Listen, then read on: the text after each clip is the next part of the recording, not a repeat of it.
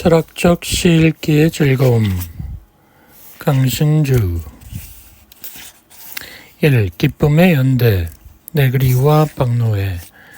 인드라의 구슬. 박노해. 작은 연어 한 마리도 한 생을 돌아오면서 안답니다. 작은 철새 한 마리도 창공을 넘어오면서 안답니다. 지구가 끝도 없이 크고 무한정한 게 아니라는 것을, 한 바퀴 크게 돌고 보면 이리도 작고 여린 푸른 별 하나에 지나지 않는다는 것을, 지구마을 저편에서 그대가 울면 내가 웁니다. 누군가 등불 켜면 내 앞길도 환해집니다. 내가 많이 갖고 쓰면 저리 굶주려 쓰러지고 나 바로 살면 시든 희망이 살아납니다. 인생이 마음대로 되지 않습니다. 세상이 생각대로 되지 않습니다. 한때는 씩씩하고 자신만만했는데 내가 이리 작아져 보잘것없습니다. 아닙니다. 내가 작은 게 아니라 큰 세상을 알게 된 것입니다. 세상의 관계 그물이 이다지 복잡 미묘하고 광대한 것을 알게 된 것입니다. 세상도 인생도 나도 생동하는 우주 그물에 이어진 작으나 큰 존재입니다. 지금은 개인의 시대라고 합니다. 우주 기운으로 태어나 우주만큼 소중한 한 생명.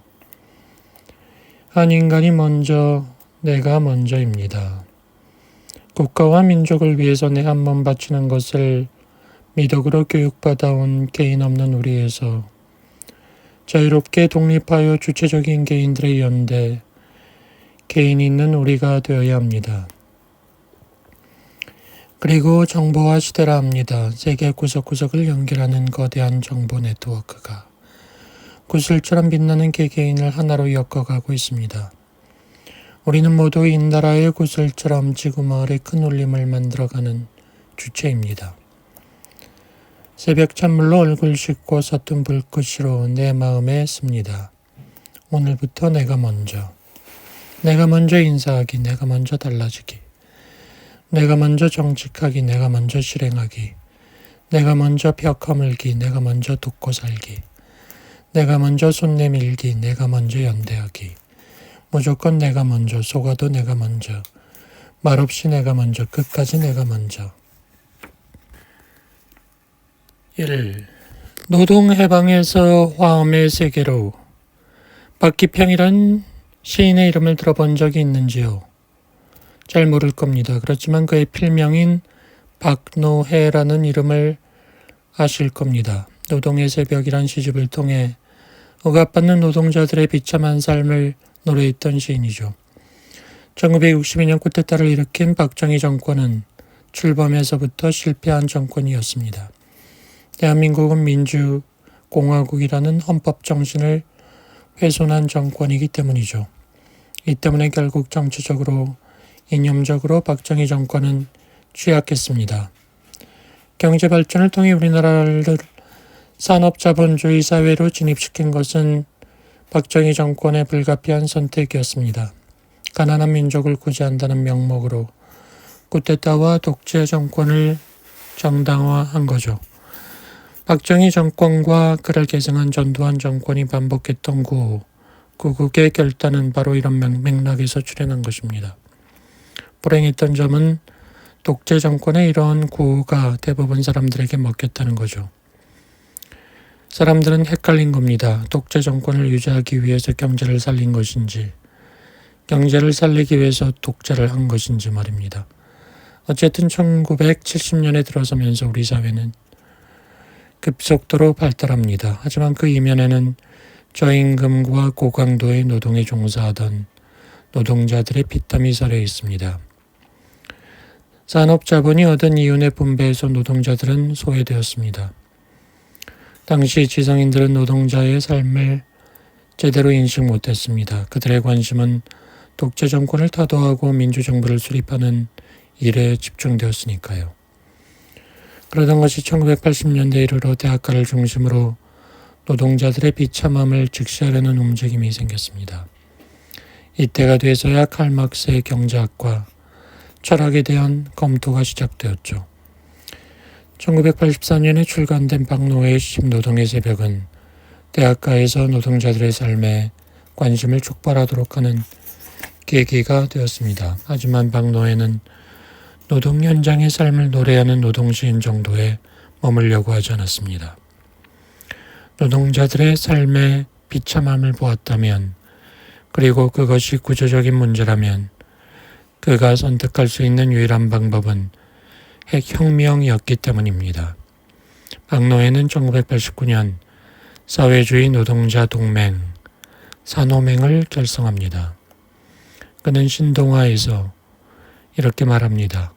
우리 노동자 계급은 나에게 한 사람의 노동자 시인보다는 조직 운동가로 써줄 것을 요구했다. 당시에 나는 철저한 조직적 노동운동가가 되기에는 부족했다. 나에게는 시적인 요소가 남아있었고 1인칭이 남아있었고 계급적 직관에만 의존하는 주장성과 감성이 과학적 사고를 막고 있었던 것이다. 1991년 3월 10일 박노해는 국가전복 혐의로 국가안전기획부에 체포되어 사형 선고를 받습니다. 다행히도 1998년 광복절 특사로 출소하기 직전인 1997년 박노해의 새로운 책 사람만이 희망이다가 출간됩니다. 사람들은 당혹했죠. 그의 새로운 글에는 노동시인의 치열한 정서나 직업혁명가의 차가운 이성이 사라지고 와엄경의 인다라 구슬이 보여주는 낯선 풍경이 펼쳐지고 있었기 때문입니다. 와엄경에는 인다라 구슬에 대한 비유가 등장합니다. 박노해는 그것을 다음과 같이 말합니다. 인다라의 하늘에는 구슬로 된 그물이 걸려 있는데 구슬 하나하나는 다른 구슬 모두를 비추고 있어 어떤 구슬 하나라도 소리내면 그물에 달린 다른 구슬 모두의 울림이 연달아 퍼진다 한다. 그러고는 그는 자신이 노동시인과 직업혁명가의 길에서 벗어나 있다는 사실을 선언합니다. 인생이 마음대로 되지 않습니다. 세상이 참 생각대로 되지 않습니다.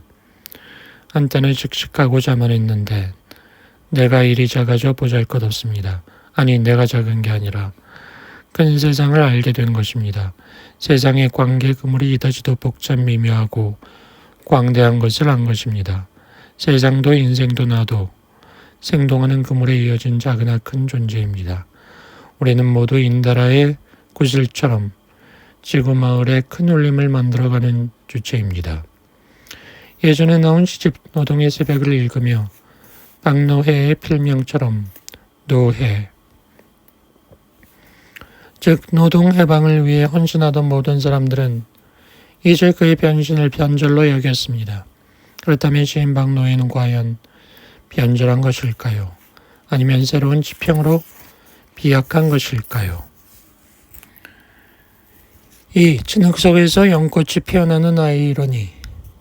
인다라 그물에는 시줄 날줄이 교차하는 지점에 구슬이 달려 있습니다.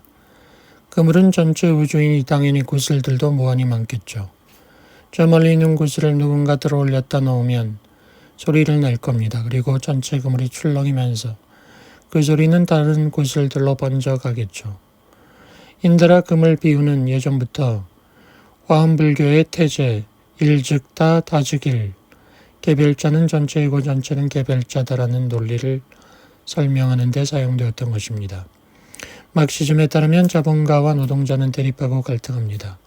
그런데 박노해가 전하는 화엄세계는 대립 갈등이 아니라 궁극적 조화의 논리입니다. 시인은 이제 갈등의 변증법 논리에서 울림과 전체라는 화엄 논리로 건너가 버린 거죠.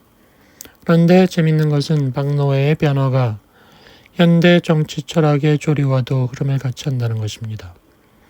박노해는 세계의 모든 존재자들을 무한한 그물 위의 방울들과 그 사이에서 발생하는 공명으로 이해하고 있습니다.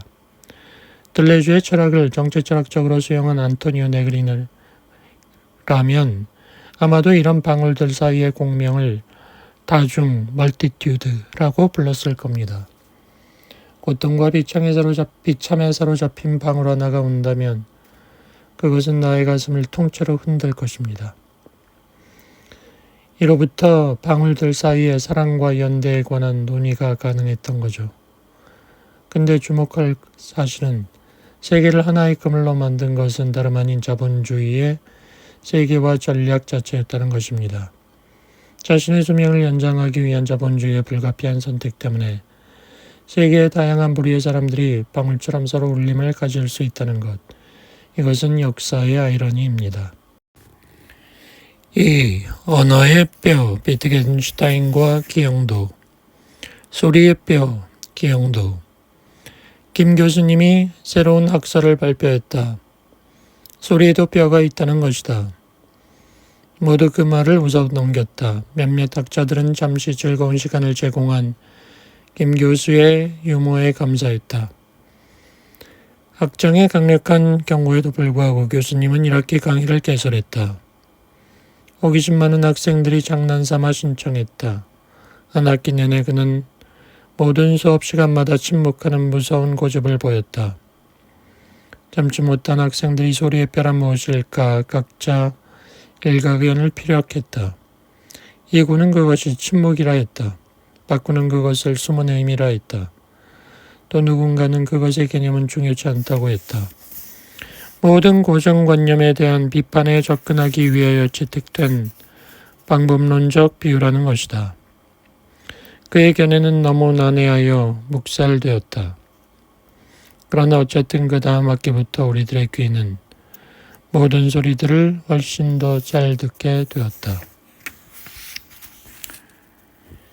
1. 어느 시인의 고독한 죽음. 1989년 3월 7일 새벽 3시 30분 서울 종로상가에 위치한 파고더 극장에서 주검이 발견됩니다. 사인은 뇌졸중으로 판명됐죠. 중앙일보 기자 한 명이 심야 영화관에서 죽었다는 정도의 소문이 나돌았습니다. 같은 해 5월 그 사람이 애써 준비해온 첫 시집 입속에 검은 잎이 출간되면서 만 29세의 생일을 엿새 앞두고 요절한 젊은 시인의 유일한 이 시집이 한국 현대시에 새로운 가능성을 펼쳐 보인 것으로 평가됩니다. 그 시인의 시적 감수성은 1990년대 이후 젊은 세대들의 새로운 아이콘이 되었습니다. 이것은 젊은 세대들이 느끼고 있지만 분명히 표현하지 못했던 뭔가를 시인이 표현했기 때문입니다. 이 시인이 기영도입니다. 1960년에서 1989년까지 살았습니다. 우리 삶에 어떤 목적 그리고 토대가 없다는 것을 강하게 느낀다면 여러분은 기영도의 시적 감수성을 어렵지 않게 공유하게 됩니다. 삶을 삶이게 하는 의미, 목적, 토대가 없다면 그런 삶은 죽음과 같죠. 죽음이 삶을 찾아왔을 때 죽음은 삶에게 이렇게 묻습니다. 너는 무슨 근거로 살아있다고 하는 거니? 네가 너라는 걸 증명해봐. 삶은 울상이 되어버릴지도 모릅니다. 자기에게 자기를 증명할 수 있는 증거나 증인이 없다면 말입니다. 이 대목에서 삶은 절망합니다. 이러한 절망은 이제 죽음과 분리될 수 없게 된 삶 때문에 발생하는 것이겠죠. 이 때문인지 기영도의 시에는 죽음의 그림자가 오버랩됩니다. 기영도가 대단했던 이유는 이런 절망 속에서도 물러서지 않고 절망 상태를 응시했고 그것을 시로 표현했기 때문입니다. 이런 정직함은 작고한 평론가 김현과 관련된 에피소드에도 엿볼 수 있습니다. 중앙일보 기자 시절 기영도는 김현의 월평 원고를 받은 적이 있었습니다. 김현이 몇 달 문학평론을 중앙일보에 기고하기 때문이죠. 근데 문제는 기영도가 받아본 김현의 월평이 기영도 자신에 관한 내용이었다는 것입니다. 평론계의 거인이었던 김현이 바로 자신의 시에 관한 평론을 썼다는 것은 고마운 일이지만 그 월평을 자신이 맡아 정리할 수 없었던가 봅니다. 그렇다고 해서 김현에게 다른 문인의 월평으로 다시 써달라 할 수도 없었죠. 끝내 기영도는 그 평론을 맡지 않았다 합니다. 이런 작은 해피닝이 김현에게 감동을 주었던 모양입니다. 기영도가 죽었을 때 그의 유고 시집을 정리하며 시집 제목을 입속의 검은 잎으로 정했던 사람도 김현이었으니까요. 시인 기영도에게는 자신의 삶뿐 아니라 자신을 둘러싼 풍경들도 구멍이 숭숭 뚫린 것이었습니다. 그 구멍이란 존재의 무근거, 무의미를 상정하는 것입니다.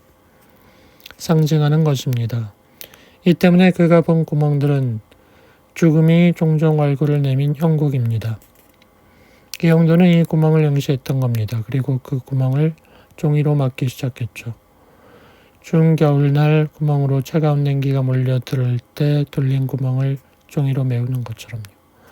그 종이들이 한 장 두 장 모여 입속에 검은 잎이라는 시집이 된 겁니다. 그러나 세계의 구멍은 너무나 많고 또한 항상 새로 생기므로 기영도의 노력은 실패할 수밖에 없죠. 어쩌면 지금도 기영도처럼 세계와 삶의 무의미를 보아버린 누군가가 계속 시를 쓰면서 그 구멍을 막으려고 하는지도 모를 일입니다.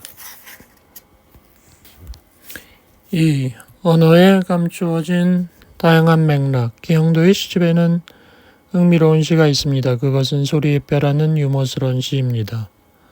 소리에도 뼈가 있다는 새 학설을 발표한 김 교수는 다음 학기에 그와 관련된 강의를 개설합니다. 그런데 한 학기 동안 한마디 말도 하지 않습니다. 그러므로 학생들 사이에서 소리의 뼈가 무엇인지에 관한 논쟁이 벌어집니다. 침묵이라고도 말하고 숨은 의미라고도 말하고 모든 고정관념에 대한 비판에 접근하기 위해 채택된 방법론적 비유라고도 말합니다.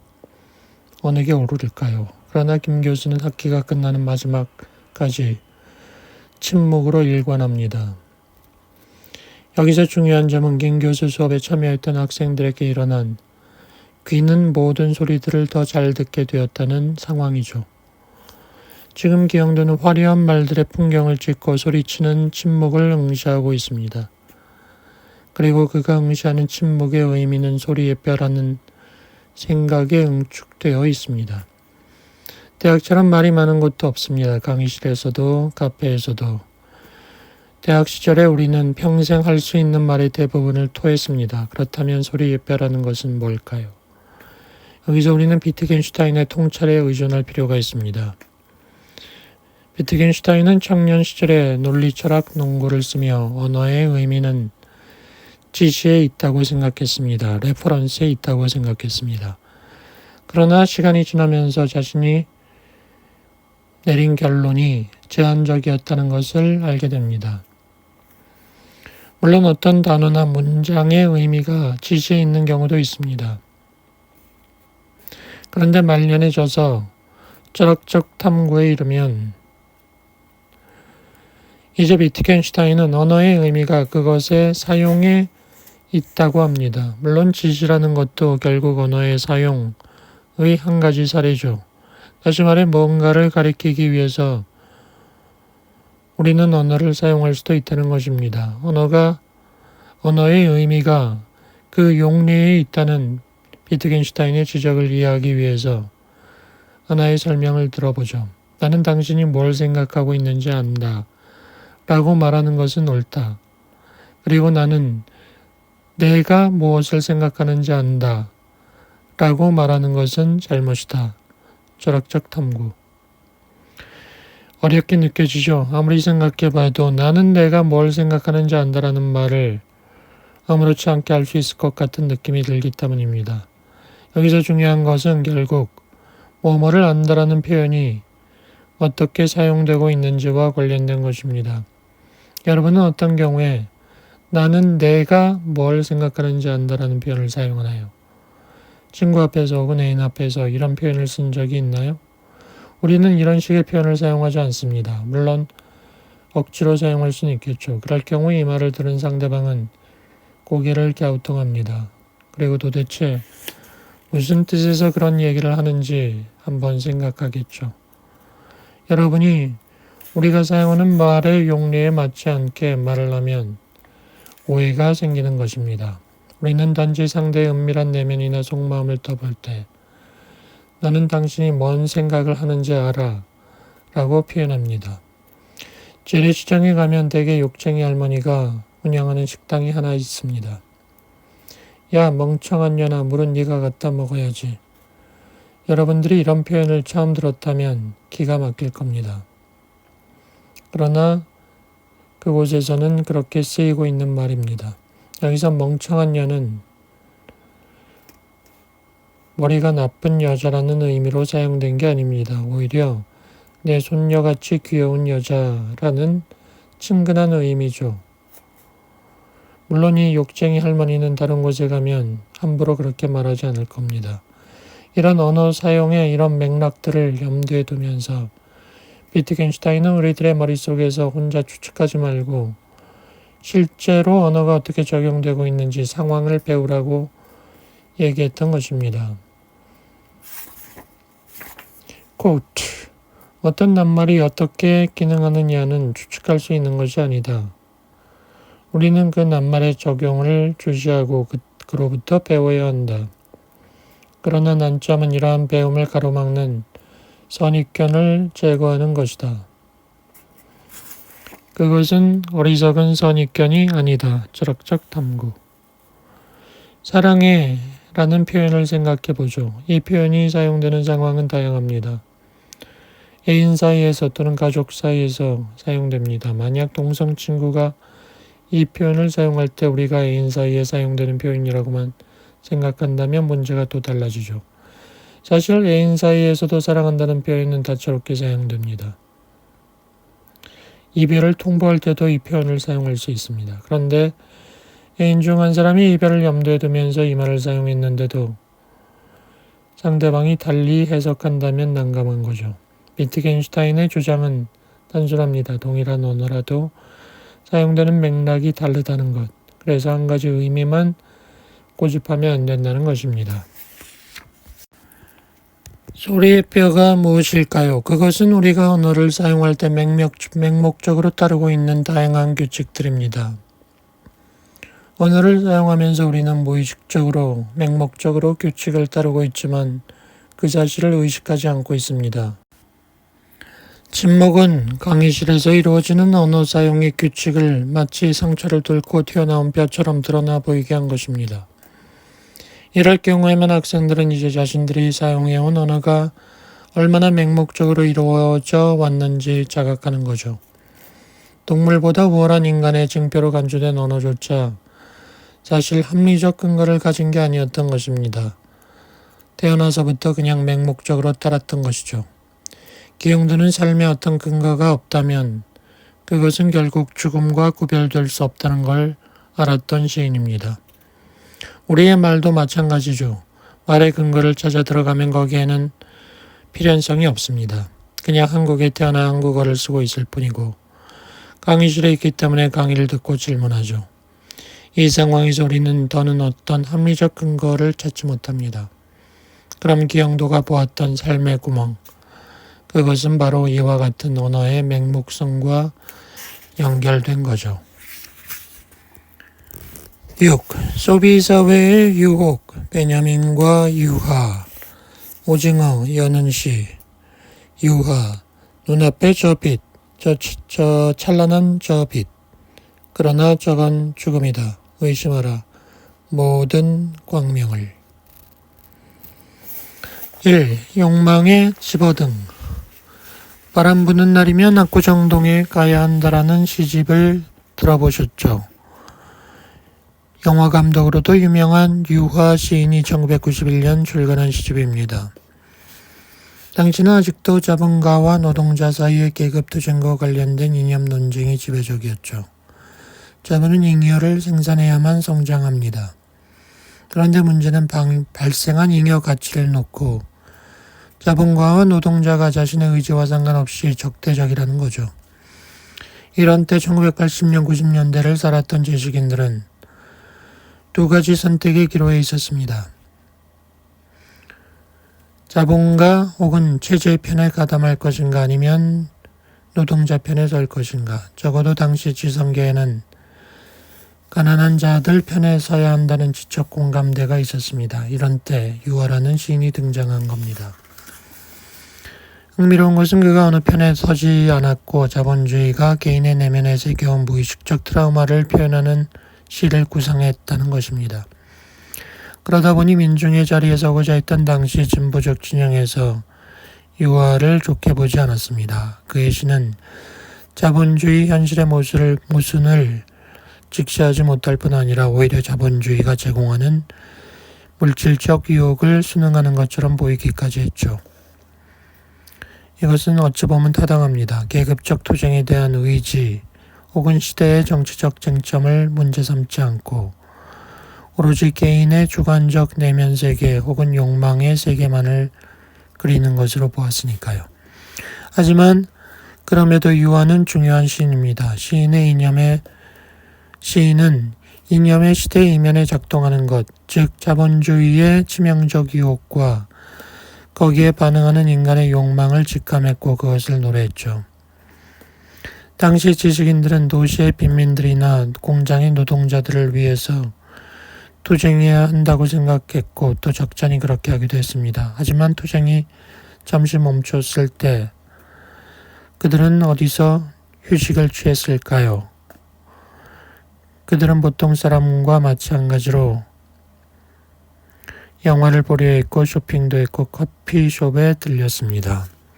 요한은 자본주의의 유혹, 소비사회의 유혹에 누구보다 민감했습니다. 바람 부는 날이면 압구정동에 가야 한다라는 시집이 오징어라는 서시에서 시작하는 이유도 거기에 있죠. 오징어들은 어두운 밤바다에 내리쬐는 집어등의 유혹에 벗어나지 못합니다.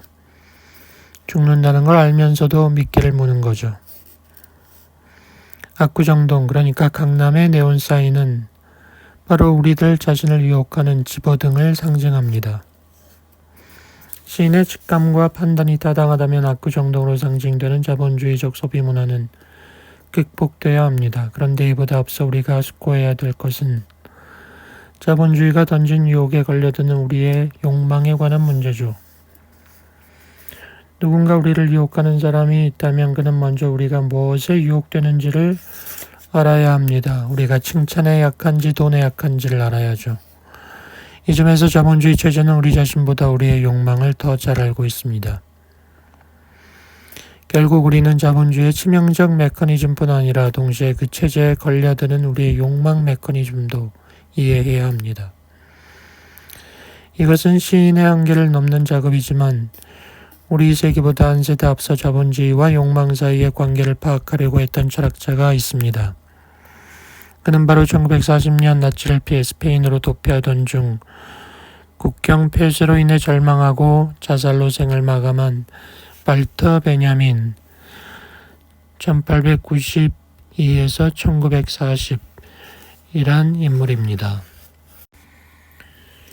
이 베냐민의 미완의 기획 아케이드 프로젝트. 베냐민은 1930년대 대부분을 파리 국립도서관에서 보내면서 필생 연구에 매달립니다. 그것은 19세기 자본주의 혹은 모더니티의 중심지였던 파리를 연구하는 거죠. 20세기 초에 살았던 베냐민이 당시 자본주의를 연구하지 않고 100년 전 프랑스 파리를 연구하려고 했던 이유는 뭘까요? 그것은 파리를 정점으로 했던 19세기의 파리가 자본주의적 삶의 가능성과 한계를 규정한다고 보았기 때문이죠. 베냐민이 파리를 단순한 프랑스 수도를 넘어서 19세기의 수도라고 이야기한 것도 그런 뜻이죠. 그런데 스페인 국경지대에서 자살한 베냐민의 가방에는 13년 동안 진행되던 그의 연구 결과물들이 하나도 없었습니다. 베냐민은 자신의 연구물을 그 전에 바타이유에게 맡겨두고서 파리를 떠났던 것입니다. 베냐민의 연구물들이 출간되는데 공을 세운 사람이 바로 이탈리아 철학자 아감벤이었습니다. 그로 인해 파리 도서관에 있는 조르주 바타이유 문서고가 세밀하게 다시 조사되었고 마침내 베냐민이 작성한 엄청난 양의 원고들이 발견됩니다. 이 원고들은 아케이드 프로젝트라는 이름으로 1982년에 공개되죠. 그렇다면 아케이드 프로젝트로 편집된 연구물들을 통해 베냐민이 말하려고 한 건 뭘까요? 코트. 막스는 경제와 문화 간의 인과적 연관성을 드러냈다. 여기서 문제가 되는 것은 표현의 연관이다. 문화가 어떻게 경제 속에서 성립하는가가 아니라 문화 속에서 경제가 어떻게 표현하는가를 서술할 것. 다시 말해 경제 과정을 눈에 보이는 원 현상으로, 즉 아케이드에서 벌어지는 모든 삶의 현상이 그것으로부터 발생하는 원 현상으로 파악하려고 시도할 것이다. 아케이드 프로젝트. 전통적 막시즘은 문화와 같은 상부 구조가 경제라는 하부 구조에 의해 결정된다고 말합니다. 따라서 결과적으로 문화를 별도 영역으로 간주하고 연구할 필요가 없다고 보는 거죠. 경제운동이나 경제적 관계만 알면 그것에 의해 결정되는 다른 영역들은 이해한다고 보니까요. 그러나 벤야민은 문화와 같은 상부 구조가 나름대로의 고유한 독자성이 있다고 봅니다. 경제가 문화를 결정할 수도 있지만 경제가 표현되는 문법과 문화가 표현되는 문법 사이에는 차이가 있다고 본 거죠. 이 점에서 베냐민의 관점은 알투이세르의 중층 결정의 개념과 유사한 것입니다. of determination과 유사한 것입니다. 알투이세르도 경제가 최종적으로 상부 구조를 결정하긴 하지만 상부 구조도 나름대로 자율성이 있다고 한 것입니다. 질병에 걸리는 경우를 생각해 보면 벤야민과 알투이세르의 생각을 이해합니다.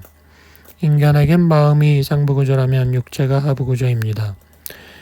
건강한 몸에 건강한 정신이 깃들듯 건강한 육체를 가진 사람은 그의 정신을 건전하게 만듭니다. 그래서 그런지 정신적으로 문제가 있는 환자들은 대부분 신경질환이나 소화불량을 갖고 있습니다.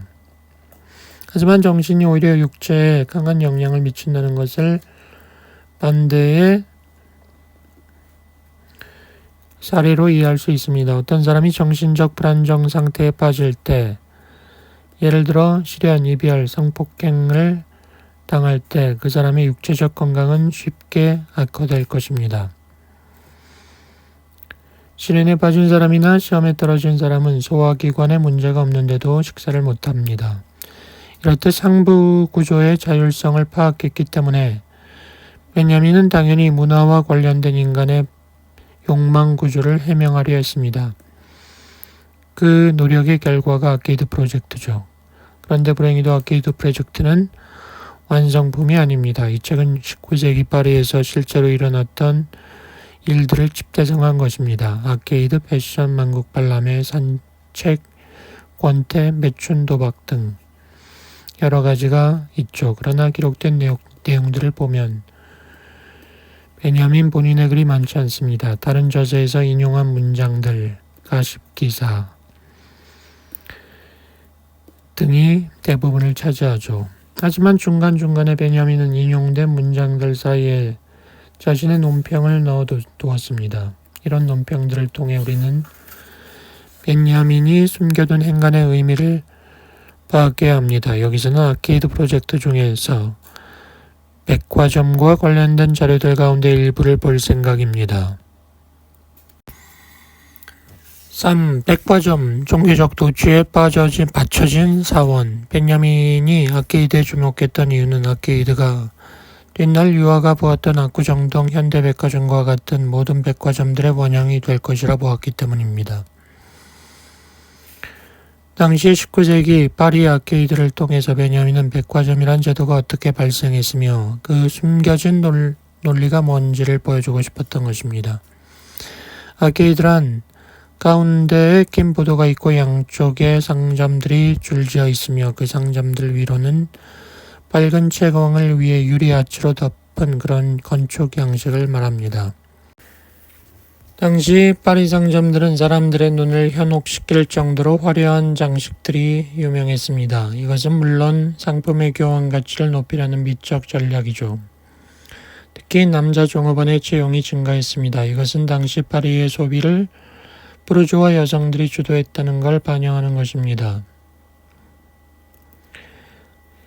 당시부터 필요에 따라 어떤 상품을 구입하는 게 아니라 자신의 부유함과 허영을 가시하기 위해 고가의 상품을 구입하기도 했습니다. 이렇게 해서 백화점은 고가의 상품을 파는 사람과 그것을 동경의 눈으로 보는 사람들이 동시에 존재하는 공간, 그래서 자본주의적 욕망을 훈련하는 최초의 원형적 공간으로 자리 잡았습니다. 자신이 주목받고 있다는 도취감, 그리고 타인에게 주목받기 위해서 돈을 벌어야겠다는 의지를 훈육하는 공간이 백화점이라는 것을 베냐민이 본 것이죠. 종교적 도취에 빠진 사원과도 같은 백화점의 소비 논리에 빠지면, 다시 말해 자본주의 유혹에 걸려들면 우리는 결국 돈을 소비할 수밖에 없습니다. 그리고 다시 돈을 벌기 위해 노동할 수밖에 없죠. 소비, 노동, 소비, 노동으로 이어지는 고리에 빠지는 겁니다. 우리의 자본주의적 욕망은 결코 선천적으로 인간에게 주어진 게 아닙니다. 그것은 베냐민의 분석을 통해서도 밝혔듯 백화점 또는 만국 박람회 같은 특정한 제도를 통해서 역사적으로 만들어진 것이죠. 이처럼 자본주의적 욕망이 역사적 구성의 결과물이라는 것은 그러한 욕망이 결국 특정 시대의 훈육의 결과이지 선천적 본성은 아니라는 걸 말하는 겁니다. 9. 미시 정치학 북구와 김수영. 하. 그림자가 없다. 김수영. 우리들의 적은 늠름하지 않다. 우리들의 적은 카크 다글라스나 리차드 위드마크 모양으로 사납지도 않다. 그들은 사나운 악한이 아니다. 그들은 선량하기까지 하다. 그들은 민주주의자를 가장하고 자기들이 양민이라고 하고 자기들이 선량이라고 하고 자기들이 회사원이라고도 하고 전차를 타고 자동차를 타고 요리집에 들어가고 술을 마시고 웃고 잡담하고 동정하고 진격한 얼굴을 하고 바쁘다고 서두르면서도 일도 하고 원고도 쓰고 치부도 하고 시골에도 있고 해변가에도 있고 서울에도 있고 산포도 하고 영화관에도 가고 애교도 있다. 그들은 말하자면 우리들의 곁에 있다. 우리들의 전선은 눈에 보이지 않는다. 그것이 우리들의 싸움을 이다지도 어려운 것으로 만든다. 우리들의 전선은 단케르크도 놀만디도 연희 고지도 아니다. 우리들의 전선은 지도책 속에도 없다. 그것은 우리들의 집안인 경우도 있고 우리들의 직장인 경우도 있고 우리들의 동네인 경우도 있지만 보이지 않는다. 우리들의 싸움의 모습은 초토작전이나 건힐의 혈투 모양으로 활발하지도 않고 보기 좋은 것도 아니다. 그러나 우리는 언제나 싸운다. 아침에도 낮에도 밤에도 밥을 먹을 때도 거리를 걸을 때도 장사할 때도 토목공사할 때도 여행할 때도 울 때도 웃을 때도 시장에 가서 비린 생선 냄새 맡을 때도 배가 부를 때도 목이 마를 때도 깨어나서도 또 깨어나서도 또 깨어나서도 수업을 할 때도 퇴근 시에도 사이렌 소리에 시계를 맞출 때도 구두를 닦을 때도 우리들의 싸움은 쉬지 않는다. 우리들의 싸움은 하늘과 땅 사이에 가득 차 있다. 민주주의의 싸움이니까 싸우는 방법은 민주주의식으로 싸워야 한다. 하늘의 그림자가 없듯이 민주주의의 싸움에도 그림자가 없다. 하, 그림자가 없다. 하, 그렇다. 하, 그렇지. 그렇고 말고. 그렇지, 그래. 응. 뭐? 아, 그래. 1. 4.19 혁명의 뒤안길에서 고뇌하는 두 시인. 1960년 4월 12일 부산 시민들의 경악을 넘어 분노를 느낀 사건이 벌어집니다. 당시 부산일보의 어느 중학생의 시신을 찍은 사진이 실린 겁니다. 그런데 사람들에게 충격을 준 것은 마산 중앙부두 앞바다에 떠오른 그 어린 학생의 시신의 머리와 눈에 최루탄이 박혀 있다는 사실입니다. 마산에서 부정선거 규탄 시위에 참여한 17살의 김주열 학생은 실종된 지 한 달 만에 주검으로 돌아왔습니다. 김주열 학생은 당시 마산 상구에 진학하기 위해 전북 남원의 집을 떠나 마산에 잠시 머물던 중이었습니다. 어쩌면 이 학생의 참혹한 모습이 곧 3.15 부정선거를 주도하며 정권 연장을 꿈꾸던 이승만과 자유정권의 비참한 말로를 상징적으로 보여주는 것이죠. 4월 18일 고려대학을 시작으로 대학생들의 시위가 시작됐지만 자유당 정권은 깡패를 동원하여 시위대를 유혈 진압하는 무리수를 둡니다. 하지만 이러한 일련의 사건들을 계기로 4.19 혁명이 시작되죠. 같은 해 4월 19일 대학생과 고등학생, 시민들을 포함한 수만 명의 시위대가 종로를 거쳐 광화문에 이르렀고 태평로에까지 밀려왔습니다. 공포에 사로잡힌 경찰들은 마침내 건널 수 없는 강을 건너죠. 시위대를 향해 무차별 발포를 시작했던 것이죠. 4월 25일 학생들의 피해 보답하라는 플래카드를 들고 대학 교수단이 거리에 나섬으로써 이제 4.19 혁명은 마지막 절정에 도달합니다. 더는 버틸 수 없게 된 이승만 정권은 대통령이 권좌에서 물러나겠다고 선언함으로써 이 사건을 종결을 지으려고 했습니다. 4.19 혁명에는 일반 민중이나 시민도 있었지만 민중이나 시민들은 어디까지나 혁명에 수동적으로 참여했거나 방관자로 있었습니다. 이것은 결국 4.19 혁명이 대학생을 포함한 지식인 중심의 혁명, 나아가 젊은이 특유의 낭만주의적 혁명이라 규정될 수 있는 이유이기도 합니다. 혁명의 이 같은 제한적 성격 때문인지 민주주의는 쉽게 도래하지 않았습니다. 4.19 혁명이 일어난 지 얼마 되지 않은 1년 뒤 1961년 5월 16일 박정희의 군사 쿠데타가 발발했기 때문이죠. 4.19의 짧은 혁명과 뒤이어 지속된 오랜 기간에 군사 독재를 안타까운 시선으로 목도하면서 1967년 어느 시인이 이렇게 노래한 적이 있습니다. 우리들은 하늘을 봤다. 1960년 4월 역사를 짓누르던 검은 구름을 찍고 영혼의 하늘을 보았다. 잠깐 빛났던 당신의 얼굴은 우리들의 깊은 가슴이었다. 방금 시는 신동엽의 금강이란 장편 서사시의 첫머리를 장식하는 부분입니다. 민주주의에 대한 시인의 안타까운 속내가 잠깐 빛났던 이라는 표현 속에 그대로 묻어나고 있는 것이죠. 여기서 우리는 궁금증이 일어납니다. 정말로 4.19 혁명에서 지식인들은 검은 구름을 찍고 영혼의 하늘을 보았던 것일까요? 잠시라도 진정한 하늘을 보았다면 어째서 4.19 혁명은 그렇게 실패한 것일까요? 신동엽과 함께 우리가 기억해야 할 시인이 더 있습니다. 4.19를 온몸으로 겪었던 김수영 시인입니다. 1960년 6월 김수영은 4.19 혁명의 열기가 가시기도 전에 발표된 푸른 하늘이란 시에서 이렇게 말합니다. 어째서 자유에는 피의 냄새가 섞여 있는가를, 혁명은 고독한가를. 시인의 시에서 우리는 4.19 혁명의 주축 세력들이 얼마나 낭만주의적이었는지 느낄 수 있습니다. 그런데 바로 이 낭만주의적 열정이 문제였던 것입니다. 낭만주의적 열정은 개인의 자유를 억압하는 정권을 향해 분노를 표출하게 하는 힘을 갖고 있습니다만 모든 열정이 그렇듯 이런 열정은 그리 오래 지속되지 못합니다.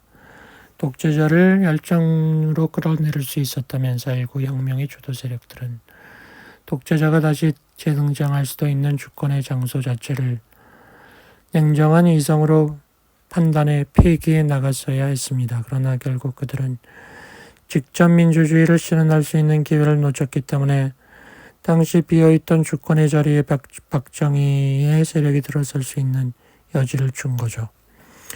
이 대목에서 하나 더 짚고 넘어갈 사항이 있습니다. 그것은 4.19 혁명의 주도 세력들은 자신들이 이미 권력에 의해 훈육되어 있다는 사실을 받아들이지 못했다는 것입니다. 4.19 혁명을 낳았던 낭만주의적 열정이 시들해졌을 때 시위에 참여한 대학생들, 교수들, 시민들은 마치 혁명을 완수했다는 착각을 한 채 일상으로 돌아갔던 것입니다. 그러자마자 그들은 자신의 내면 깊은 곳, 그리고 자기 주변의 다양한 곳에 새겨져 있던 권력의 논리와 다시 부딪혀야 했지만 그들은 결국 이 긴 싸움에서 이기지 못한 것입니다.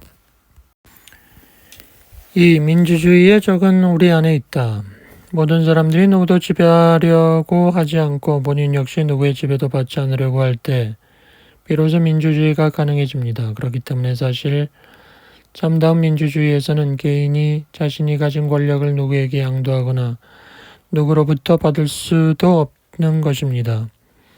이와 달리 권력이란 사람들을 지배하는 자와 지배당하는 자로 구별하여 지배 논리를 관철시켜야지만 유지될 수 있는 것입니다.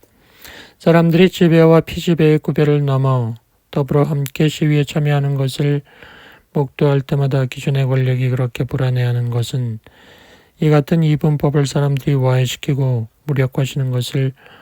무력화하는 것을 엿보기 때문이죠. 결국 민주주의가 가능하려면 우리는 지배의 논리를 몸속 깊이 각인시키려고 시도하는 권력과 싸워야 합니다. 그럴 때만 지배와 피지배의 논리를 우리 내면에서 몰아내는 것입니다. 그런데 4월 혁명이 전해준 낭만에 스스로 몸을 맡기기 전 김수영은 이 문제의 심각성을 이해하고 있었던 것으로 보입니다. 그는 좋은 대표와 나쁜 대표라는 상상적 쟁점에 매몰되지 않고 권력의 논리가 항상 우리들 삶의 편재에 있다는 통찰을 했던 것입니다. 이 점이 바로 4.19 혁명이 일어나기 바로 직전에 쓰인 그림자가 없다라는 시가 중요한 이유입니다. 김수영은 시를 통해 도처에 편재하는 권력에 맞서 고단한 싸움을 전개해야 한다고 합니다. 아침부터 저녁까지 밥을 먹을 때도 연애를 할 때도 권력은 우리를 감시하고 통제하려고 하니까요. 적어도 이 시점에서 김수영은 권력과 정치의 문제를 거시적 지평에서뿐 아니라 미시적 지평에서도 사유하는 균형 감각을 보여줍니다. 여기서는 4.19 혁명의 낭만에 취해 혁명의 피와 혁명가의 고독을 노래했던 시인의 감상주의적 태도는 아직 찾아볼 수 없습니다. 이 점에서 미시 정치에 대한 김수영의 시적 감각은 미셸 푸코의 통찰을 선취했다고 볼 수 있죠. 푸코는 우리의 자유를 길들이고 억압하려는 권력이 청와대나 국회 같은 거시적 층위에서만 작동하는 게 아니고 우리 삶 도처에 개인들이 의식하기 힘든 미시적 차원에서 이루어지고 있다는 걸 밝힙니다. 그래서 그의 철학은 미시 정치학입니다. 푸코는 학교, 병원, 병영뿐 아니라 감옥도 주체를 구성하려고 고안된 장치의 일종이라 말합니다. 여기서의 주체란 사실 주인이라는 의미라기보다 노예입니다. 푸코가 강조하고 있는 감옥의 경우를 보면 감옥의 죄수는 간수들에 의해 감시를 받습니다. 그렇지만 얼마 지나지 않으면 죄수 스스로 자신의 모든 행동을 간수의 시선에 맞춰 검열합니다. 타인이 부여한 규칙에 스스로 복종하는 노예적 의식, 노예적 주체를 구성하는 거죠. 처음 감옥에 수감된 죄수들은 간수들이 감시할 때와 그렇지 않을 경우 행동을 달리할 수 있습니다. 그러나 이런 복잡한 이중 행각이 오래 못 갑니다. 곧 대개의 죄수들은 간수들이 감시하지 않는 상황에서도 스스로 행동을 조심하는 것이죠. 타인의 감시 여부에 신경 쓰면서 일일이 인위적으로 행동하는 것보다 스스로 행동을 억제하는 것이 자기의 에너지 소모를 줄이기 때문이죠. 이런 식으로 해서 감옥이란 장치를 통해 만들어진 외적 감시 메커니즘은 죄수 내면으로 이식되는 겁니다. 자발적 복종, 노예적 주체가 탄생하는 겁니다. 3. 구성된 주체에서 구성하는 주체로. 푸코의 계보학은 자명하다고 생각되는 것들의 계보를 밝힘으로써 그것이 복잡한 권력 관계에 의해 출현했다는 것을 폭로합니다. 우리는 마르크스의 자본론의 서문을 연상합니다. 마르크스는 이렇게 말한 적이 있죠. 너는 자본가와 토지 소유자를 결코 장밋빛으로 묘사하지 않을 것이다. 각 개인은 그들이 설령 주관적으로 사회적 관계에서 벗어나 있다 할지라도 사회적으로는 사회적 관계의 피조물이라 간주하기 때문에 사회적 관계에 대한 이들 개인의 책임은 작다고 생각하는 입장이다. 푸코의 계보학도 마찬가지입니다. 그는 주체가 기존의 관계를 거부할 수 있다는 점을 무시했던 것은 아닙니다. 다만 그는 혁명적 주체가 되기 전까지 보통의 사람들이 어떻게 해서 수동적인 주체로 구성되어 왔는지를 보여주고자 한 것입니다. 푸코가 제안했던 주체의 계보학은 우리 자신의 현재 모습을 불편하게 만들어 버릴 수도 있죠. 하지만 구성되는 주체로부터 구성하는 주체로 변형되기 위해서 우리는 자신이 어떤 과정을 거쳐 현재와 같은 주체로 되었는지를 이해해야 합니다. 1960년 4.19 혁명 이후에 김수영은 피냄새나는 자유와 고독한 혁명가를 노래하는 낭만주의의 면모를 보여주기도 합니다. 하지만 오히려 혁명이 일어나기 직전 김수영 시인이 보인 태도는 달랐습니다. 혁명에 대한 낭만주의적 생각을 경계하고 있었죠. 당시 대다수는 정의롭지 않은 한 명의 최고 권력자를 권좌에서 제거하기만 하면 민주주의가 도래할 것이라는 낙관을 품고 있었습니다. 하지만 푸코의 지적처럼 이미 권위주의 사회에서 길들여져 왔다면 시인을 포함한 당시 대개의 사람들은 오히려 자유를 두려워하는 수동적 주체로 구성되어 있었을 겁니다. 이 때문에 시인은 우리에게 꿈속에서도 깨어나서도 또 깨어나서도 또 깨어나서도 싸워야만 한다고 역설한 겁니다. 그렇다면 결국 우리의 싸움은 권위주의에 길들여진 자기 자신과의 싸움이죠. 시인이 민주주의의 싸움에는 그림자가 없다라고 얘기했던 것도 이런 이유죠. 김수영은 푸코적 통찰을 하고 있었습니다. 하지만 결국 시인의 통찰은 이성적인 것이었을 뿐 내면 깊숙이 파고든 정서적 차원의 문제는 아니었나 봅니다. 사실 민주주의를 위한 싸움은 자신을 둘러싼 모든 삶의 장소에서 전개되어야 하기 때문에 그림자 없는 싸움일 수밖에 없습니다.